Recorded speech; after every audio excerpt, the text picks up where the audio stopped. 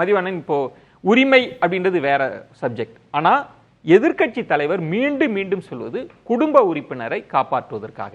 இன்னும் இன்றைக்கு கொடுத்திருக்க அறிக்கைன்றது குடும்ப உறுப்பினர் நிதி அப்படின்ற மேற்கோள்ல சொல்றாங்கன்னா உதயநிதி அவர்களை சொல்ல வராங்களா? அவங்களை காப்பாற்றுவதற்கு தான் அப்படின்னா முதல்வரின் குடும்ப உறுப்பினர் அவங்க இந்த சிக்கல்ல இருக்கிறாங்க, அதுக்காக போனாங்க அப்படின்னு எதிர்க்கட்சி தலைவர் அப்படிதான் அறிக்கை சொல்லுது. இல்லை சார், ஒரு எதிர்க்கட்சி தலைவராக அவருடைய செயல்பாடு சரியாக இருந்தால் மக்கள் தேர்தலில் அவர் ஆதரிச்சிருப்பாங்க. முதல் ஒரு விஷயம். ரெண்டாவது, ஒரு கட்சியோடைய பொதுச் செயலராகவும் இல்லாமல் ஒரு மாநிலத்துடைய எதிர்க்கட்சி தலைவரும் சிந்திக்காமல் ஒரு மாவட்ட செயலர் லெவலுக்கு சிந்திச்சா அவர் அப்படி தான் பேசுவார். இன்னொன்று என்னென்னா, நாங்கள் நிதி ஆயோக் கூட்டத்துக்கு போக போகிறோன்னு சொல்லிட்டு நாங்கள் போனோம். நீங்கள் டெல்லிக்கு போகும்போது என்ன சொல்லிட்டு போனீங்க? 3 கார் மாறி போய் அமித்ஷாவை பார்த்தீங்கல்ல, அது சம்பந்தமாக பேசும்போது என்ன சொன்னீங்க? சென்னைக்கு வந்து பத்திரிகையாளர் சந்திப்பில் என்ன சொன்னீங்க? எல்லாத்தையும் நீங்கள் கொஞ்சம் தயவு செஞ்சு ரீவன் பண்ணி பாருங்கள். இதுக்காக தான் போனாங்க அப்படின்னு அவர் சொன்னாங்கன்னா, அப்போ இவர் போனது ஒருவேளை பெருந்துறை சுப்பிரமணியத்தை காப்பாற்றுறதுக்கா, ஈரோடு ராமலிங்கத்தை காப்பாற்றுறதுக்கா, இல்லை சந்திரகாந்த் ராமலிங்கத்தை காப்பாற்றுறதுக்கா, சிவசுப்பிரமணியத்தை காப்பாற்றுறதுக்கா, நாகராஜை காப்பாற்றுறதுக்கா, சேகர் ரெட்டியை காப்பாற்றுறதுக்கா அப்படின்றதையும் அவங்க தயவு செஞ்சு சொல்லணும். அவர் என்ன சொல்றாருன்னா, என்னுடைய உறவினர்கள்லாம் இதுக்கு முன்பே தொழிலெல்லாம் செஞ்சிருக்கிறாங்க, வருமான வரி எல்லாம் கட்டியிருக்காங்க. ஆனா இப்போ 3 பேர் அந்த ரித்திஷ் அபிஷேக் எல்லாம் சொல்றாங்களே, அவங்க எல்லாம் யார்? அவங்களுக்கு எப்படி இந்த சொத்து வந்துச்சு? திடீர்னு எப்படி வந்துச்சு? அவங்க யாரோடு இப்படி கொண்டு வராரு எதிர்க்கட்சி தலைவர். இல்ல, நீங்க சொல்றதுக்கு நான் அது பதில் சொல்ல வரேன். இந்த பேர் எல்லாம் நாங்க சொல்லல. இந்த பேர் எல்லாம் உங்க கூட கூட்டணியில பாட்டாளி மக்கள் கட்சின்னு ஒண்ணு இருந்தது இல்ல, அவங்க உங்க மேல ஒரு ஊழல் பற்றி குற்றச்சாட்டு எடுத்துன்னு போயிட்டு ஆளுநர்கிட்ட கொடுத்தாங்கல்ல. டெண்டர் முறைகேடு வழக்குல இருந்து, பாரத் மாலா ஊழல்ல இருந்து, அதுக்கப்புறம் வாக்கி டாக்கி ஊழல்ல இருந்து, அதுக்கப்புறம் நிலக்கரி இறக்குமதி ஊழல்ல இருந்து, உங்க அமைச்சர்கள் ஒரு பட்டியல், வேலுமணில இருந்து, தங்கமணில இருந்து, ஜெயக்குமார்ல இருந்து, ஆரி உதயகுமார்ல இருந்து, கேசி வீரமணில இருந்து, கரூர் விஜயபாஸ்கர்ல இருந்து, சி விஜயபாஸ்கர்ல இருந்து எல்லாருமே ஒரு பட்டியல் கொடுத்தாங்க பாருங்க. அதெல்லாம் இன்னைக்கு வரைக்கும் ஏன் நடவடிக்கை எடுக்க மாட்டீங்க? நான் சொல்றேன், அப்ப இதெல்லாம் காம்ப்ரமைஸ் பண்றதுக்காக தான் நீங்க டெல்லிக்கு போனீங்களா? கூட்டணி இல்லைன்னு சொல்லிட்டு அதனால தான் கூட்டணி வச்சீங்களா? அப்ப உங்களுடைய நோக்கம் என்ன? நாங்க தெளிவா உண்மையை சொல்லிட்டு போனோம். நீங்க உண்மையை சொல்லிட்டு போனீங்களா? இங்கேயே முடிஞ்சிடுச்சு வித்தியாசம். முதல்வர் டெல்லியில இருந்தாருல, யாரெல்லாம் சந்திச்சாருன்னு எங்களுக்கு வெள்ளை அறிக்கை மாதிரி கேக்குறாங்க. எல்லாமே முதல்ல ஒரு முதலமைச்சர் அவங்க மாதிரி எல்லாம் போக முடியாது சார், அது ஒரு புரோட்டோகால். இவங்க என்ன சொல்றாங்க, இது மாதிரி எப்படி சொல்ல முடியும்? பேசுறதுன்றது ஒரு வெளிப்படையா நியாயமா பேசணும். மக்கள் கிட்ட இருந்து அந்நியப்பட்டு நிக்கிறீங்க. இவங்க சொல்றாங்கல்ல என்ன வாங்கிட்டு வந்தாங்கன்னு சொல்லிட்டு, கடந்த முறை போன டெல்லிக்கு சென்னை மெட்ரோ ரயில் திட்டத்துக்கான 2ஆம் கட்ட நிதியை விடுவிக்க முடியாதுன்னு சொன்னாங்க. நாடாளுமன்றத்தில் நிர்மலா சீதாராமன் சொன்னாங்க எங்களுக்கு அது சம்பந்தமே இல்லைன்னு சொல்லிட்டு. அதுக்கப்புறம் எப்படி ஒப்புதல் வாங்கி வந்தோம்? சரி, நீங்க கூட்டணி இருந்தீங்கல்ல, என்ன வாங்கி வந்து கொடுத்தீங்க? மழை வெள்ள நிவாரணத்தை பத்தி பேசுறீங்கல்ல, எவ்வளவு வாங்கி கொடுத்தீங்க? என்ன பேசுனீங்க நாடாளுமன்றத்தில்? இல்ல, இப்போ இந்த உரிமைன்றது ஒண்ணு, ஏன் இந்த ரைடு இல்ல வர அதுக்கு அடுத்து கட்டாயமா எல்லாத்தையும் நான் பதில் சொல்றேன். அதுக்கப்புறம் வந்து துரோகம், மன்னிப்பு கேட்கணும். நீங்க மன்னிப்பு கேட்கணும் 140 கோடி மக்கள் கிட்ட. சிஏஏ, என்ஆர்சி, என்பிஆர் சட்டம் எதுக்காக சரணானீங்க?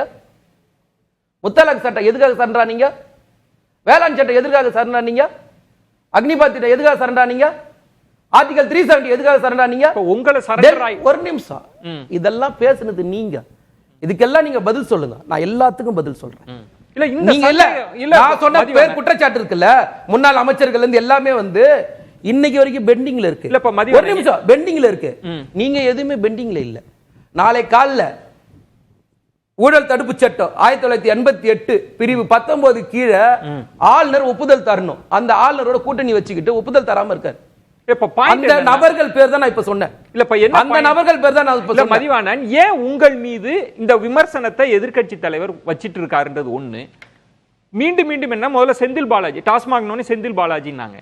அப்புறம் மெல்ல மெல்ல அது நகர்ந்து ரித்தீஷ் இவங்க பெயர்லாம் சொல்லி, சிவசங்கரி வந்து அன்பில் மகேஷ் பொய்யாமொழி பெயர், உதயநிதி அவங்க பெயர், குடும்ப இந்த வழக்கின் தன்மை மாறிக்கிட்டே இருக்கு. இதை எதிர்க்கட்சி தலைவர் தொடர்ந்து சொல்லிட்டே இருக்காரு. திரும்ப சொல்றேன், டாஸ்மார்க் பொறுத்த வரைக்கும் நீங்க பேசணும்னு ஆசைப்பட்டீங்கன்னா மொத்த எத்தனை எஃப்ஐஆர், எந்த ஆண்டுகள்ல அந்த எஃப்ஐஆர் போடப்பட்டது, அதுல மொத்த அதிமுக எத்தனை எஃப்ஐஆர்?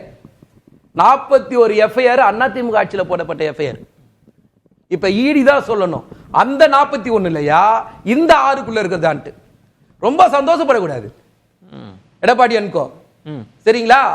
செஞ்ச அத்தனை துரோகமும் மக்கள் பார்த்துட்டு இருக்காங்க.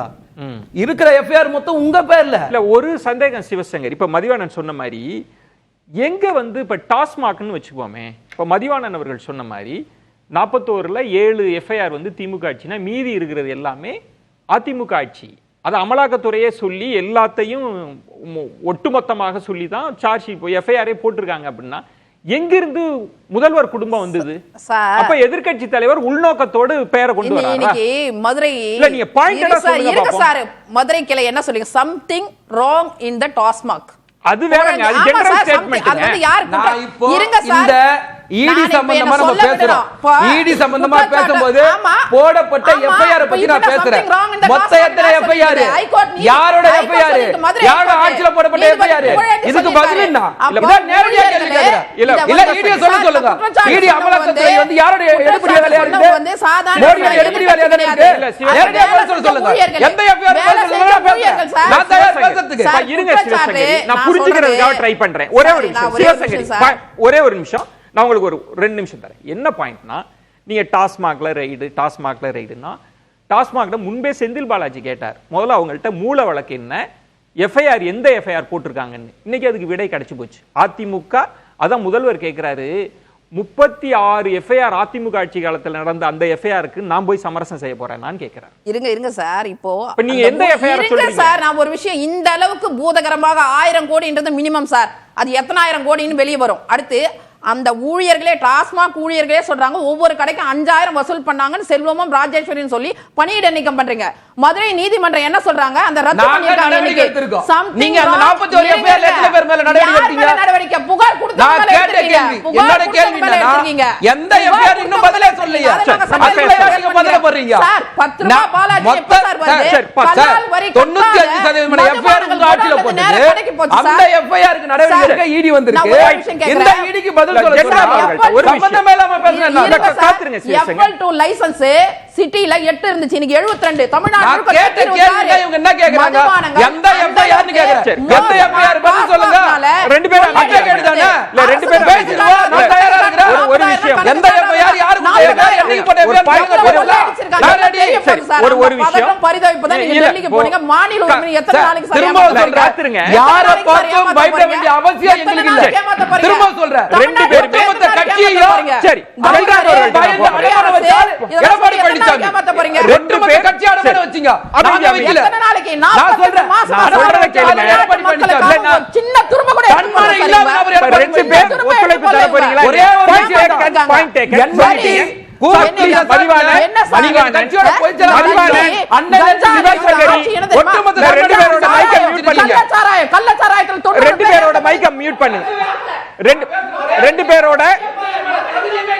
ரெண்டு பேரோட மைக்க மியூட் பண்ண சொல்வது விவாதத்துக்கு அழகல்ல. சிவசங்கரி மதிவாணன் இல்ல இல்ல ரெண்டு பேர் சிவசங்கரி மதிவான் இல்ல சிவசங்கரி ஒரே ஒரு விஷயம் நீங்க தொடர்ந்து விவாதங்கள்ல ப்ளீஸ் கொஞ்சம் இருங்க. நான் வந்து இந்த மியூட் அப்படின்னு சொல்றதோ நெறியாளர் குரலை உயர்த்த நான் விரும்பல. ப்ளீஸ் கோஆபரேட் பண்ணுங்க ப்ளீஸ். இல்ல ப்ளீஸ் அதை தான் சொல்றேன். பார்வையாளர்களுக்கு நம்ம ஏதாவது கொண்டு போய் சேர்ப்போம் தகவல்களை. அது எந்த மாற்று கருத்தா இருக்கலாம், அரசு கருத்தா இருக்கலாம், நம்ம கொண்டு போய் நான் அதுக்காக தான் ட்ரை பண்றேன். ப்ளீஸ் கோஆபரேட் பண்ணுங்க. உங்க ரெண்டு பேருக்கு கோணத்தையும் சொல்லிட்டீங்க.